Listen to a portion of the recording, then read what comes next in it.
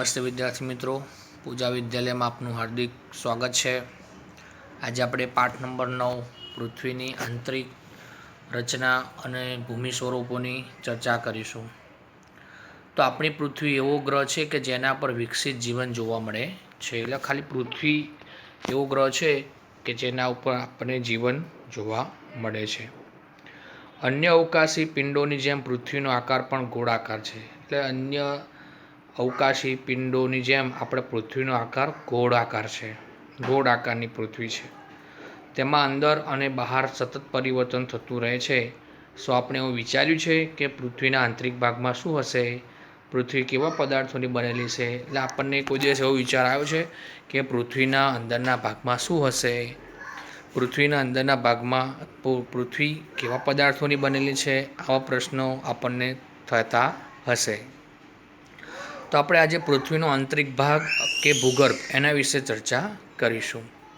તો પૃથ્વી એ ડુંગળીની માફક એક સ્તરથી ગોઠવાયેલ અનેક સ્તરોથી બનેલી છે। જેમ ડુંગળી ઉપર એક સ્તર હોય એમ પૃથ્વી પણ અનેક સ્તરોથી ગોઠવાયેલી રચના છે। પૃથ્વી સપાટીના સૌથી ઉપલા સ્તરને ભૂકવચ કહે છે। આ સ્તર સૌથી પાતળું હોય છે। એટલે ઉપરનું જે સ્તર હોય છે એને ભૂકવચ કહે છે। આ સ્તર સૌથી પાતળું હોય છે। એ ભૂમિખંડ પર આશરે 35 કિલોમીટર સુધી હોય છે। ભૂમિખંડની સપાટી ખાસ કરીને સિલિકા અને એલ્યુમિના જેવા ખનિજોથી બનેલી છે, તેથી તેને સિયાલ કહેવામાં આવે છે। શું કીધું છે અહીંયા આગળ આપણને કે સિલિકા અને એલ્યુમિના જેવા ખનિજોથી બનેલી છે, તેથી તેને સિયાલ તરીકે ઓળખવામાં આવે છે।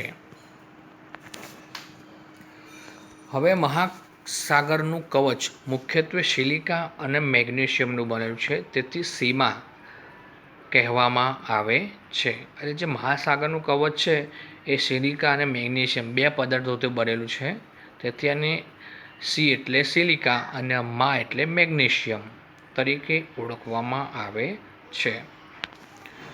આપણે અહીંયા કરતા જો અહીંયા બાજુમાં આકૃતિમાં દર્શાવ્યું છે, આપણે આગળ જોઈએ તો જાણવું ગમશે તમને।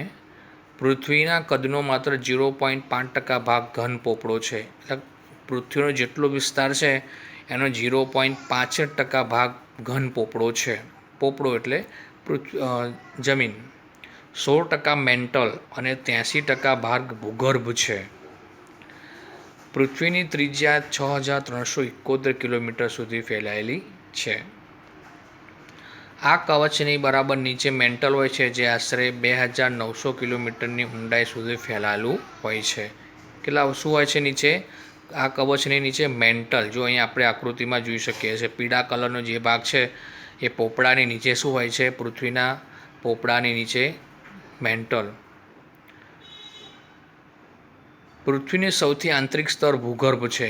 સૌથી અંદરનું જે સ્તર છે એ છે ભૂગર્ભ, જેની ત્રિજ્યા આશરે 3500 કિલોમીટર જેટલી છે, જે ખાસ કરીને નિકલ અને ફેરસ એટલે લોખંડની બનેલી છે, તથા તેને નિફે એટલે એટલે નિકલ અને ફે એટલે ફેરસ કહે છે।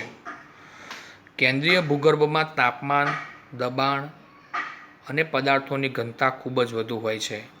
એટલે કેન્દ્રીય ભૂગર્ભમાં વચ્ચેના ભાગમાં તાપમાન, દબાણ તથા પદાર્થોની ઘનતા ખૂબ જ વધારે પ્રમાણમાં હોય છે। અહીં આપણે બાજુની આકૃતિમાં જોઈ શકીએ છીએ કે આંતરિક ભૂગર્ભ લાલ રંગનો, બાહ્ય ભૂગર્ભ એ કેસરી રંગનો, મેન્ટલ પીળા રંગના અને સૌથી ઉપરનો ભાગ છે પોપડો, ઘન પોપડો। હવે આવશે ખનિજો અને ખડકો। તો ખડકના પ્રકાર પોતાના ગુણ, કણના કદ તથા તેની નિર્માણ પ્રક્રિયાના આધારે અલગ અલગ હોય છે। નિર્માણ પ્રક્રિયાની દૃષ્ટિએ ખડકોના 3 ભાગ છે। સૌથી પહેલાં અગ્નિકૃત ખડકો। તો ગરમ મેઘમાં ઠંડો નક્કર થઈ જાય છે, આ પ્રકારે બનાવેલા ખડકને અગ્નિકૃત ખડક કહેવામાં આવે છે। એટલે જે ગરમ મેઘમાં હોય છે એ ઠંડો થઈ જાય છે અને ચોક્કસ આકાર ધારણ કરે છે, આ પ્રકારે બનેલા ખડકને અગ્નિકૃત ખડક કહેવામાં આવે છે। અગ્નિકૃત ખડકો 2 પ્રકારના હોય છે, એક આંતરિક ખડક અને બાહ્ય ખડક। અહીંયા કેટલાક શબ્દો આપ્યા છે, લેટિન ગ્રીક શબ્દો, જેનો ઇગ્નિસનો અર્થ થશે અગ્નિ, સેન્ડિમેન્ટ્રીનો અર્થ થશે સ્થિર, અને મેટામોર્ફિનનો અર્થ થશે સ્વરૂપમાં બદલાવ. શું તમે જ્વાળામુખીમાંથી નીકળનાર લાવાની કલ્પના કરી શકો? અને આપણે કોઈ દિવસ જ્વાળામુખીમાંથી જે લાવા નીકળ્યો છે એ કેવો હશે, કેવા રંગનો હશે, એની આપણે કલ્પના કરી શકીએ છીએ? વાસ્તવમાં આગની જેમ લાલચો પ્રવાહી મેઘમાં જ લાવા છે. એટલે જે આગની જેમ લાલ લાલ લાલ, તમે જુઓ ક્યાંક તમે ટીવીમાં ક્યાંક જોયું છે કે જે જ્વાળામુખીમાંથી લાલચોળ પ્રવાહી નીકળે, એકદમ લાલ લાલ લાલ અગ્નિ જેવો. આ જે મેઘમાં છે એ જ લાવા તરીકે ઓળખાય છે, એ લાવા કહેવાય એને, જે પૃથ્વીના આંતરિક ભાગમાંથી નીકળી સપાટી પર પથરાય છે. એટલે પૃથ્વીના અંદરના ભાગમાંથી નીકળીને બહારની સપાટી ઉપર ફેલાય છે. જ્યારે પ્રવાહી લાવા પૃથ્વીની સપાટી પર આવે છે તે ઝડપથી ઠંડો થઈ નક્કર બની જાય છે. એટલે જે પ્રવાહી લાવા છે પાણી જેવો, એ પૃથ્વી પર આવે છે અને ઝડપથી ઠંડો પડી જાય છે અને ચોક્કસ આકાર ધારણ કરે છે. ભૂકવચ પર જોવા મળતા આવા ખડકોને બાહ્ય અગ્નિકૃત ખડક કહે છે. એટલે જે જમીન ઉપર આપણે પૃથ્વી પર આવા જે ખડકો જોઈએ છે એને આપણે બાહ્ય અગ્નિકૃત ખડકો કહી શકીએ છીએ. તેની રચના ખૂબ જ નાની દાણાદાર હોય છે. દ્રષ્ટાંત તરીકે બેસાલ્ટ. પ્રવાહી મેઘમાં ક્યારેક ભૂકવચની અંદર ઊંડાઈએ જ ઠરી જાય છે. આ પ્રકારે બનેલા ખડકોને આંતરિક અગ્નિકૃત ખડક કહે છે. કેટલોક મેઘમાં પૃથ્વીની બહાર આવી શકતો નથી અને અંદર પૃથ્વીની ભૂકવચની અંદર ઊંડાઈએ જ ઠરી જાય છે, તો એને આપણે શું કહીશું? આંતરિક અગ્નિકૃત ખડક. ધીરે ધીરે લાવા ઠરવાને કારણે મોટા દાણાનું સ્વરૂપ ધારણ કરે છે. ગ્રેનાઇટ આવા ખડકોનું એક ઉદાહરણ છે. એટલે ગ્રેનાઇટ છે એ આંતરિક અગ્નિકૃત ખડકોનું ઉદાહરણ છે. ઘંટીમાં અનાજ, દાણા કે મસાલા પીસવા માટે જે પથ્થરનો ઉપયોગ થાય છે એ ગ્રેનાઇટના બનેલા હોય છે. ત્યારબાદ હવે આપણે જોઈશું જળકૃત ખડકો. તો ખડકો ઘસાય, અથડાય કે ટકરાઈને નાના ટુકડામાં ફેરવાય છે. આ નિક્ષેપ પવન, હવા, પાણી વગેરે દ્વારા એક સ્થળેથી બીજા સ્થળે પહોંચે છે અને તે જમા થાય છે. એટલે પવન દ્વારા, હવા દ્વારા કે પાણી દ્વારા ખડકો અથડાઈને, ઢસડાઈને કે ટકરાઈને નાના નાના ટુકડાઓમાં વિભાજન એનું થઈ જાય છે અને એ ટુકડાઓ એક સ્થળેથી બીજા સ્થળે પહોંચીને તે જમા થાય છે. આ નિક્ષેપિત ખડક દબાઈ અને નક્કર બની ખડકના સ્તર બનાવે છે. આ પ્રકારના ખડકોને પ્રસ્તર ખડકો કહેવામાં આવે છે.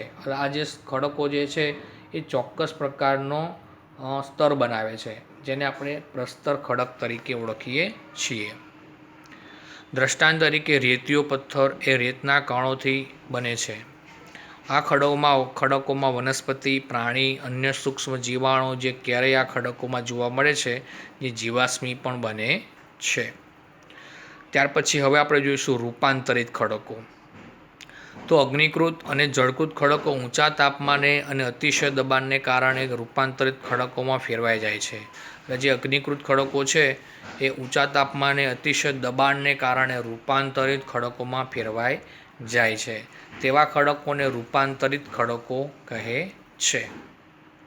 દ્રષ્ટાંત તરીકે આપણે જોઈએ તો ચીકણી માટી એ સ્લેટમાં, ચૂનાનો પથ્થર એ આરસ પહાણમાં ફેરવાઈ જાય છે.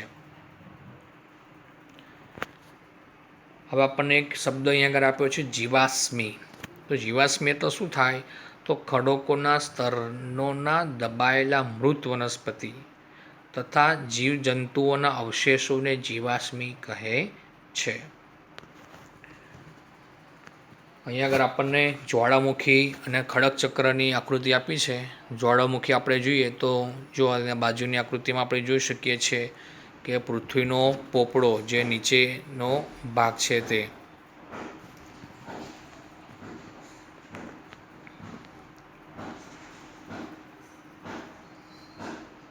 તેમાંથી લાવા નીકળે છે. ખૂબ જ ઊંચા તાપમાને ઉપર જો દેખાય છે આપણે શંકુ આકારનો જ્વાળામુખી છે, નીચે પૃથ્વીનો પોપડો છે,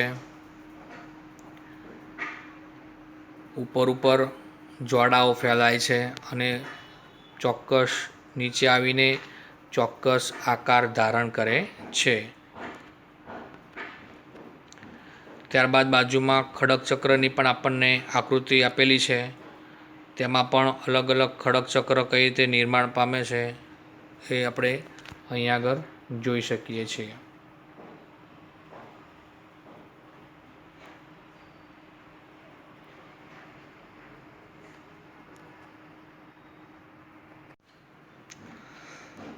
તમે જાણીને નવાઈ પામશો કે કેટલીક ચોક્કસ પરિસ્થિતિઓમાં એક પ્રકારના ખડક ચક્રીય પદ્ધતિથી એકબીજામાં પરાવર્તિત થઈ જાય છે. એક ખડકમાંથી બીજા ખડકમાં પરિવર્તન થવાની પ્રક્રિયાને ખડક ચક્ર કહે છે. એટલે ચોક્કસ પરિસ્થિતિઓના કારણે એક ખડક બીજા ખડકમાં રૂપાંતરિત થઈ જાય છે. આ પ્રક્રિયાને ખડક ચક્ર કહે છે. તમે જાણો છો કે પ્રવાહી મેઘમાં ઠંડો થઈ નક્કર અગ્નિકૃત ખડક બની જાય છે. એટલે જે મેઘમાં છે એ ઠંડો પડી જાય છે અને ચોક્કસ અગ્નિકૃત ખડક બની જાય છે. આ અગ્નિકૃત ખડકો નાના નાના ટુકડા રૂપે એક સ્થળેથી બીજા સ્થળે સ્થળાંતરિત થઈ પ્રસ્તર ખડકનું નિર્માણ કરે છે. ઉપરની આકૃતિમાં આપણે જોઈ શકીએ કે જે અગ્નિકૃત ખડકોમાંથી શું બને છે? પ્રસ્તર ખડક.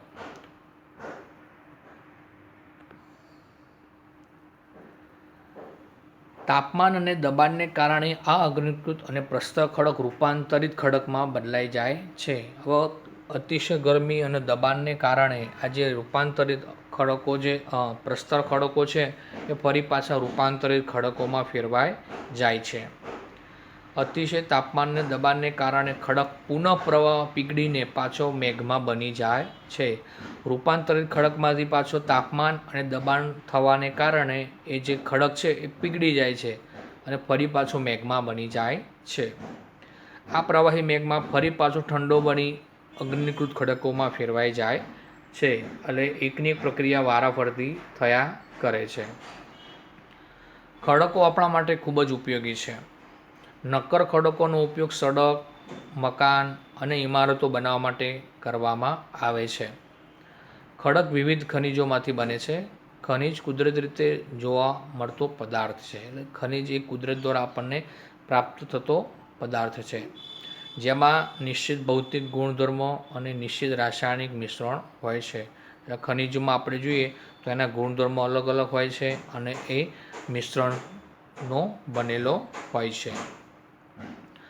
ખનિજ માનવજાતિ માટે ખૂબ મહત્ત્વનું છે. કેટલાકનો ઉપયોગ ઇંધણ તરીકે થાય છે, જેમ કે કોલસો, કુદરતી વાયુ, ખનિજ તેલ, પેટ્રોલિયમ આ વગેરેનો ઉપયોગ આપણે અગ્નિ પ્રગટાવવા માટે કરી શકીએ છીએ. તેનો ઉપયોગ વિવિધ ઉદ્યોગો અને ઔષધિ બનાવવા માટે પણ થાય છે, જેમ કે લોખંડ, એલ્યુમિનિયમ, સોનું, યુરેનિયમ વગેરેનો ઉપયોગ આપણે કરી શકીએ છીએ.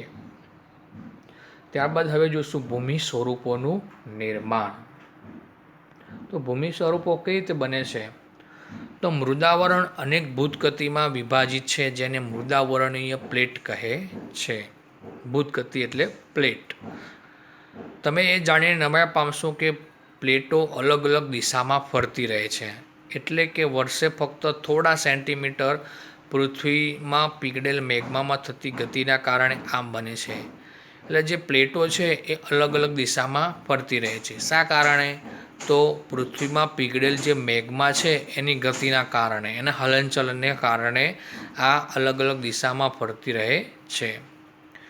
પૃથ્વીની અંદર પીગળેલો મેગ્મા એક વર્તુળ રૂપે ફરતો રહે છે. એટલે જે ગોળ ગોળ ગોળ વર્તુળ રૂપે આ મેગ્મા ફરતો રહે છે.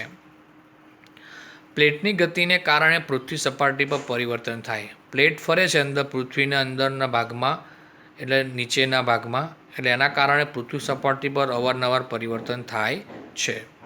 દાખલા તરીકે ભૂકંપ આવે, જ્વાળામુખી આવે વગેરે વગેરે.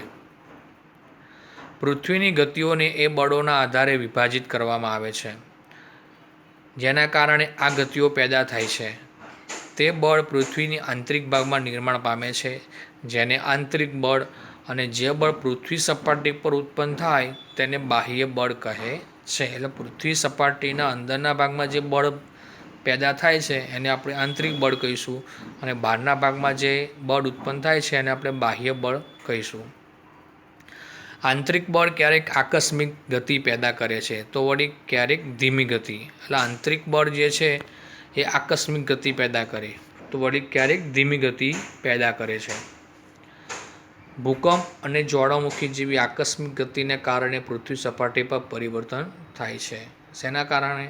તો ભૂકંપ અને જ્વાળામુખીના કારણે આકસ્મિક ગતિ થઈ ગઈ, એના કારણે પૃથ્વી સપાટી પર પરિવર્તન થાય. પરિવર્તન એટલે જ્યાં પાણી હોય ત્યાં જમીન થઈ જાય, જ્યાં જમીન હોય ત્યાં પાણી થઈ જાય, અથવા પૃથ્વીનો પોપડો ફાટી જાય, ક્યાંક તિરાડો પડી જાય, વગેરે વગેરે જેવા પરિવર્તનો થાય છે.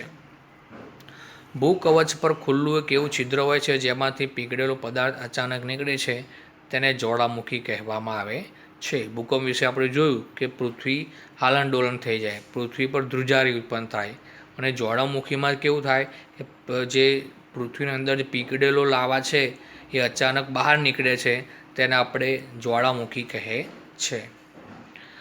આમ મૃદાવરણીય ભૂતગતિની ગતિશીલતાથી પૃથ્વી સપાટી પર કંપન થાય છે, એટલે ધ્રુજારી થાય છે. આ કંપન તેના કેન્દ્રની ચારે બાજુ કરે છે. આ કંપનને ભૂકંપ કહે છે. ભૂકવચની નીચે જે સ્થાન કે જ્યાંથી કંપનની શરૂઆત થાય છે તેને ઉદ્ગમ કેન્દ્ર કહે છે. એટલે પૃથ્વીની સપાટી પર જ્યાંથી કંપનની શરૂઆત થઈ તેને આપણે ઉદ્ગમ કેન્દ્ર કહેવામાં આવે છે. આ કંપન ઉદ્ગમ કેન્દ્રના બહારની તરફ તરંગો રૂપે ગતિ કરે છે. ઉદ્ગમ કેન્દ્રના નજીકની સપાટીના કેન્દ્રને અધિકેન્દ્ર કહે છે. જે નજીકની સપાટી હોય ઉદ્ગમ કેન્દ્રમાં એ સપાટીનું કેન્દ્રને અધિકેન્દ્ર કહે છે કે જ્યાંથી કંપનની શરૂઆત થઈ. અધિકેન્દ્રના સૌથી નજીકના ભાગમાં સૌથી વધુ નુકસાન થાય છે. કંપનની જ્યાંથી શરૂઆત થઈ ત્યાં વધારે પ્રમાણમાં નુકસાન થાય છે. ને અધિકેન્દ્રથી અંતર વધવાની સાથે ભૂકંપની તીવ્રતા ધીરે ધીરે ઓછી થઈ જાય છે. જેમ જેમ અંતર વધારે એમ ભૂકંપની તીવ્રતા ઓછી. ઉપરાંત ભૂકંપની આગાહી સંભવ નથી, પરંતુ જો આપણે પહેલેથી સાવચેત હોઈએ તો એની અસરને ચોક્કસપણે ઘટાડી શકીએ છીએ. એટલે ભૂકંપની અસર આપણે એની કોઈ ચોક્કસ આગાહી કરી શકાય નહીં, ક્યારે ભૂકંપ આવશે, કઈ રીતે આવશે, પરંતુ આપણે જો પહેલેથી સાવચેત રહીએ તો આપણે એની અસરને ઘટાડી શકીએ છીએ. સ્થાનિક લોકો કેટલીક સામાન્ય પદ્ધતિથી ભૂકંપની સંભાવનાનું અનુમાન કરે છે, જેમ કે પ્રાણીઓના વર્તનનો અભ્યાસ, તળાવની માછલીઓની તીવ્ર હેરફેર, સરીસૃપોનું પૃથ્વી સપાટી પર આવવું વગેરે. પ્રાણીઓના વર્તન ઉપરથી પણ આપણે જાણ થઈ શકે કે ભૂકંપ આવી શકશે. તળાવની માછલીઓની તીવ્ર હેરફેર, તળાવની માછલીઓ છે એ તળાવમાં વધારે પ્રમાણમાં અવરજવર કરે, હેરફેર કરવા લાગે, અને સરીસૃપોનું એટલે જીવજંતુઓનું પૃથ્વી સપાટી પર આવવું, આ બધા જ ભૂકંપ આવવાના કારણો હોઈ શકે.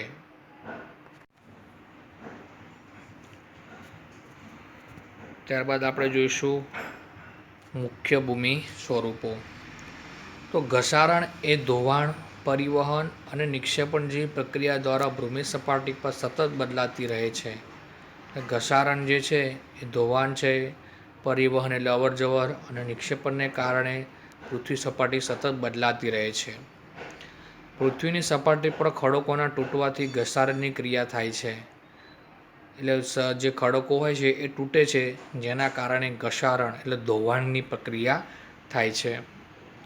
ભૂસપાટી પર જળ, પવન, હિમ જેવા વિભિન્ન ઘટકો દ્વારા થતા ક્ષયને ઘસારણ કહીએ છીએ. એટલે જે પાણી હોય એ પાણી એક જગ્યાએથી બીજી જગ્યાએ જાય એટલે ભૂમિ સપાટીનું ધોવાણ થાય. પવન પણ આવવાને કારણે પૃથ્વી સપાટીનું જે જમીન છે એનું ધોવાણ થાય, અને હિમ પીગળવાને કારણે પણ ધોવાણ થાય છે. પવન, જળ વગેરે ઘસારણયુક્ત પદાર્થોને એક સ્થળેથી બીજા સ્થળે લઈ જાય છે, તેને પરિવહન કહે છે, અને એ પદાર્થો અન્યત્ર નિક્ષેપણ કરે છે. એટલે પવન, જળ વગેરે ઘસારણયુક્ત પદાર્થોને એક જગ્યાએથી બીજી જગ્યાએ લઈ જાય છે, અને એને આપણે પરિવહન કહીએ છીએ, એટલે એક જગ્યાએથી બીજી જગ્યાએ જવું. ઘસારણથી નિક્ષેપણ સુધીની આ પ્રક્રિયા પૃથ્વી સપાટી પર વિવિધ ભૂમિ સ્વરૂપોનું નિર્માણ કરે છે। એટલે આ ઘસારાને કારણે પૃથ્વી સપાટી પર અલગ અલગ આકારો પેદા થાય છે, અલગ અલગ આકારો ઉત્પન્ન થાય છે, એને આપણે ભૂમિ સ્વરૂપોનું નિર્માણ થાય છે। ત્યારબાદ હવે આપણે જોઈશું નદીનું કાર્ય। તો નદીના પાણીથી જમીનના ઘસારણ થાય છે। જ્યારે નદી નક્કર ખડક પરથી સીધા ડોળા પર ખીણ કે નીચાવાળી ભૂમિમાં પડે છે તો તેને જળપ્રપાત જળધોધ કહે છે। નદીના પાણીથી જમીનનું શું થાય છે? ધોવાણ થાય છે। હવે જ્યારે નદી કોઈ સીધા ઢોળાવાળી ખીણ કે નીચાવાળી ભૂમિમાં પડે એટલે ઉપરથી ખડકોમાંથી નીચે પૃથ્વી સપાટી પર આવે તો તેને આપણે જળધોધ કહીએ છીએ। તમે પણ ક્યાંક જળધોધ જોયો હશે। એને જળપ્રપાત પણ કહી શકાય। એટલે પૃથ્વી જે નદીનું પાણી ખડકોમાંથી નીચે પૃથ્વી સપાટી પર આવે છે જેને આપણે જળધોધ કહીએ છીએ। બાજુના ચિત્રમાં આપણે જોઈ શકીએ કે જળધોધની આકૃતિ આપણને બતાવી છે।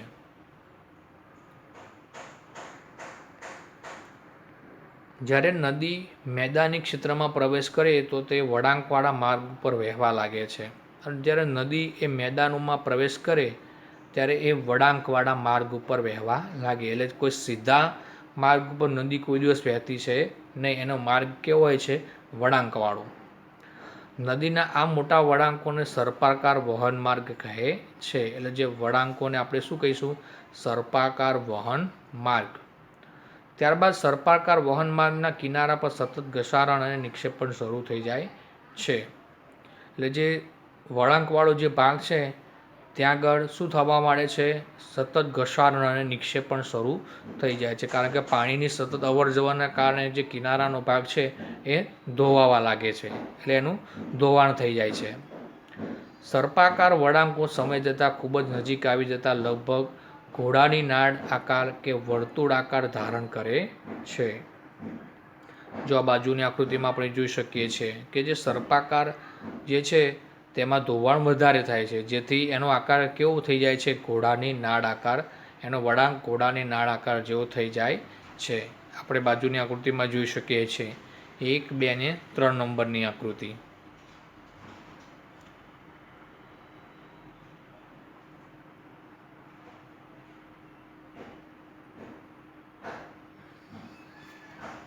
આ અવસ્થામાં જ્યારે નદીમાં પૂર આવે છે ત્યારે નિક્ષેપણથી જ વળાંક વચ્ચેના ભૂમિભાગો નદી પ્રવાહથી કપાઈ જાય છે અને નદી તેના લાંબા માર્ગને છોડીને સીધો માર્ગ ગ્રહણ કરે છે। નદીમાં ક્યારેક પૂર આવવાને કારણે એનો રસ્તો બદલાઈ જાય છે, કારણ કે પાણીનો પ્રવાહ વધારે હોવાને કારણે તે એના પ્રવાહમાં જઈ શકતી નથી, જેના કારણે એનો નદીનો પ્રવાહ કપાઈ જાય છે અને એક નદી તેના લાંબા માર્ગને છોડીને સીધો માર્ગ ગ્રહણ કરે છે। એટલે સીધો માર્ગમાં પસાર થાય છે। નદીના છોડેલા નળાકાર ભાગમાં પાણી રહી જાય છે, તેને નાળાકાર સરોવર કહે છે। ક્યારેક નદી પોતાના કિનારાથી બહાર વહેવા લાગે છે, એટલે ક્યારેક જે એનો કિનારો હોય એનાથી બહાર વહેવા લાગે છે, પરિણામે નજીકના વિસ્તારોમાં કાપ અન્ય પદાર્થોનું નિક્ષેપણ કરે છે। જેનો કિનારો હોય કિનારા કરતાં આગળના ભાગમાં તે વહેવા લાગે, એના કારણે કાપ અને અન્ય પદાર્થો ત્યાં આગળ પથરાય છે, તેને પૂરના મેદાનો કહેવામાં આવે છે। એટલે પૂર આવે એટલે આ બધા જે નદીમાં કાપ, માટી, રેતી, અન્ય પદાર્થો આજુબાજુના વિસ્તારમાં ફેલાય અને એના કારણે જે મેદાનો બને એને પૂરના મેદાનો કહેવામાં આવે છે। જ્યારે નદીના બંને કિનારે મોટા પ્રમાણમાં કાપ, માટીના નિક્ષેપણથી લાંબા અને ઓછી ઊંચાઈના અનેક ઢગ રચાય ત્યારે તેને કુદરતી તટબંધ કહે છે। એટલે આપણે કાપ અને માટીના જે ઢગલા થાય એને આપણે કુદરતી તટબંધ કહીએ છીએ। સમુદ્ર સુધી પહોંચતા સુધીમાં નદીનો પ્રવાહ ધીમો થઈ જાય, એટલે નદી જ્યાંથી નીકળતી હોય અને સમુદ્ર સુધી પહોંચે ત્યાં સુધી એનો પ્રવાહ સાવ ધીમો થઈ જાય છે, તથા નદી અનેક પ્રવાહોમાં વિભાજિત થઈ જાય છે। એટલે આપણે જોઈએ કે નદી જ્યાંથી નીકળતી હોય ત્યાં સમુદ્ર સુધી પહોંચતા એનો પ્રવાહ એટલે એનો જે વિસ્તાર છે એ ઓછો થઈ જાય અને એ અનેક અલગ અલગ વિભાગોમાં એનું વિભાજન થઈ જાય। એટલે પહેલાં એક મોટી નદી હોય, એમાં પૂર આવવાને કારણે અહીં અલગ અલગ નદીઓ, નાની નાની નદીઓમાં એનું વિભાજન થઈ જાય, જેને શાખા કે પ્રશાખા કહેવામાં આવે છે। અહીં નદીની ગતિ ધીમી થઈ જાય છે. તે પોતાની સાથે લાવેલ કાંપ, રેતી, માટી, અન્ય પદાર્થોનું નિક્ષેપ પણ કરવા લાગે છે. હવે જે નદીની ગતિ ધીમી થઈ જાય છે, જેથી પોતાની સાથે જે લાવેલ રેતી, માટી અને બીજા પદાર્થોનું નિક્ષેપ પણ થવા લાગે છે, એટલે પથરાવા લાગે છે. દરેક શાખા પ્રશાખા પોતાના મુખનું નિર્માણ કરે છે. એટલે દરેક જે નદીની શાખા હોય એ પોતાનું મુખ એટલે મોઢું એટલે પોતાનો વહેવાનો માર્ગ બનાવે છે. બધા મુખોના નિક્ષેપણના જથ્થાથી મૃગ ત્રિકોણનું નિર્માણ થાય છે, જેને ડેલ્ટા કહેવામાં આવે છે. અહીં જો આપણે બાજુમાં પૂરનું મેદાન અને તટબંધ એ આપણે જોઈ શકીએ છીએ.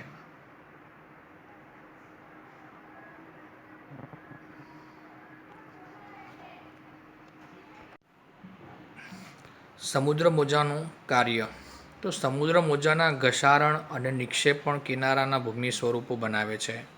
સમુદ્રના મોજા સતત ખડકો સાથે ટકરાયા કરે છે, જેનાથી તિરાડો બને છે. એટલે જે સમુદ્રના મોજા છે એ સતત ખડકો સાથે, જેના કિનારા પર ખડકો હોય એની સાથે ટકરાયા કરે છે, જેનાથી તિરાડો બને છે.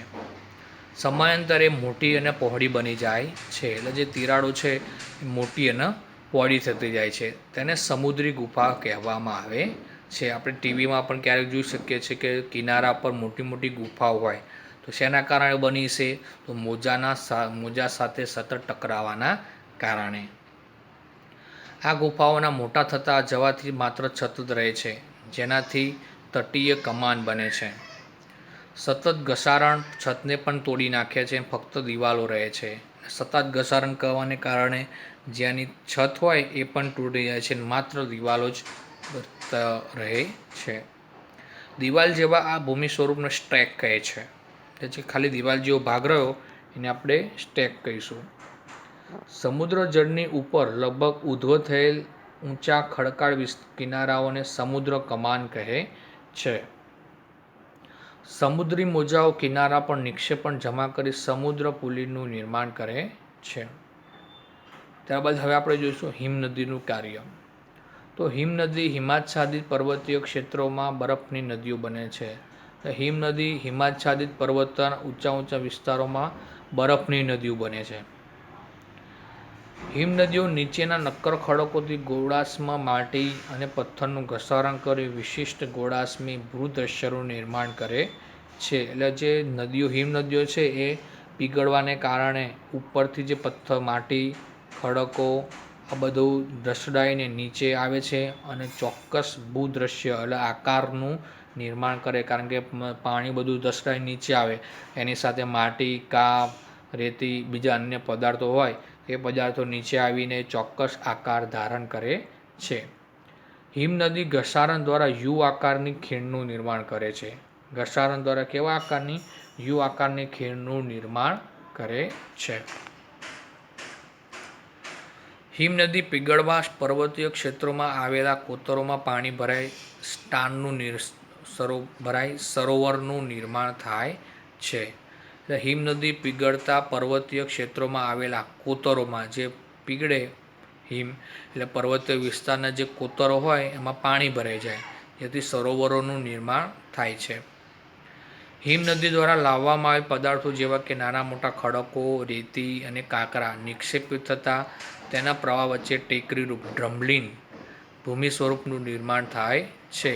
એટલે હિમનદી પોતાની સાથે જે કાંપ, ખડકો, રેતી, કાંકરા વગેરે લાવે છે અને તેના પ્રવાહ વચ્ચે ટેકરીરૂપ જે આકાર બને છે ભૂમિ સ્વરૂપ, એને ડ્રમ્બલિન કહેવામાં આવે છે.